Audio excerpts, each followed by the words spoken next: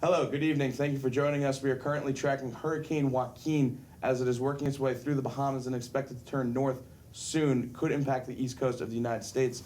Andy, you have the latest information from the National Hurricane Center as of their 8 p.m. advisory. Yeah, it is a Category 4 storm right now with a pressure of about 931 millibars, so quite the low pressure storm, and it is packing winds of about 130 miles an hour right now. That makes it a Category 4 storm. It has gone under some rapid intensification right over the Bahamas and has been wreaking havoc in the Bahamas all day today and could continue to do so into the day tomorrow, as well as is moving very slowly. For more details on the current expected track of Joaquin, we have Paul over with our forecast. Thank you for that, Brian. As you can see, we are dealing with a very large and a very dangerous tropical cyclone, Joaquin. You can see that we are dealing with a Category 4 storm, pressure all the way down to 931 millibars. We have reconnaissance aircraft in this right now, determining just exactly how strong this is and how low the pressure is. We have plenty of hurricane warnings as the hurricane force winds extend out decently far from the center. You can see that we also have hurricane watches out for Cuba as well, as Joaquin is expected to continue to move to the west-southwest at 5 miles per hour. And as a result, that west-southwesterly track should shift to a more northerly track, and that will ride right up the eastern seaboard, right off the coast. We are currently favoring an offshore scenario right now over an east coast landfall. Most of our guidance has now shifted to the right as a result. But we are still including coastal portions of the mid-Atlantic and northeast for potential landfall. Taking a look at our computer models, you can see we are split into two camps here. We've got one group into the mid-Atlantic and southeast. We've got another group completely out to sea, right near Newfoundland or so. They would have to deal with that down the road. As I mentioned before, we have reconnaissance aircraft in this storm right now. Minimum surface pressure recently found at 931 millibars. The wind speed at 132, a dropson measured that near the center.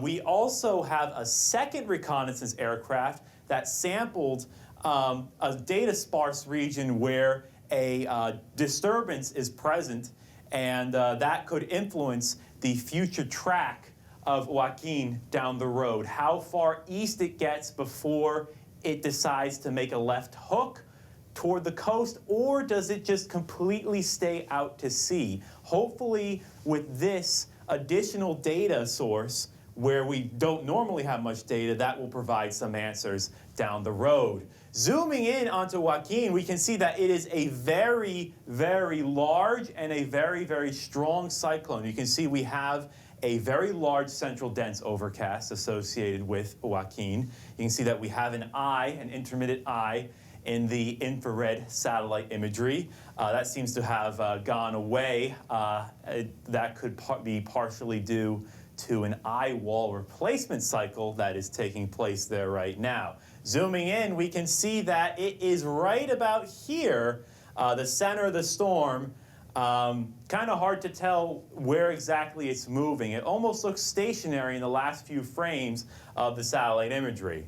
Zooming in onto the Bahamas region, we can see that we are dealing with very, very warm sea surface temperatures, upwards of 30 Celsius or higher. So that will provide all that fuel for Joaquin to strengthen and intensify down the road. Taking a look at the radar, you can see that we have a system on the east coast called a predecessor rainfall event.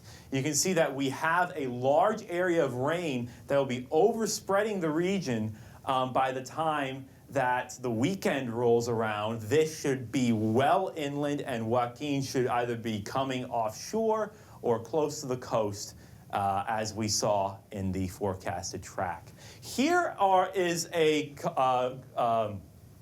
computer model that we have. It's an American computer model. You can see that we have each one of these numbers here represents where one particular computer model thinks that this storm is going to go. As you can see, we have a fuel on the North Carolina coast, several that are taking out to sea, and others that would favor a track right into the Delmarva. So as you can see, we still have some reasonable uncertainty that hopefully that radiosonde data from Ida will resolve in the future.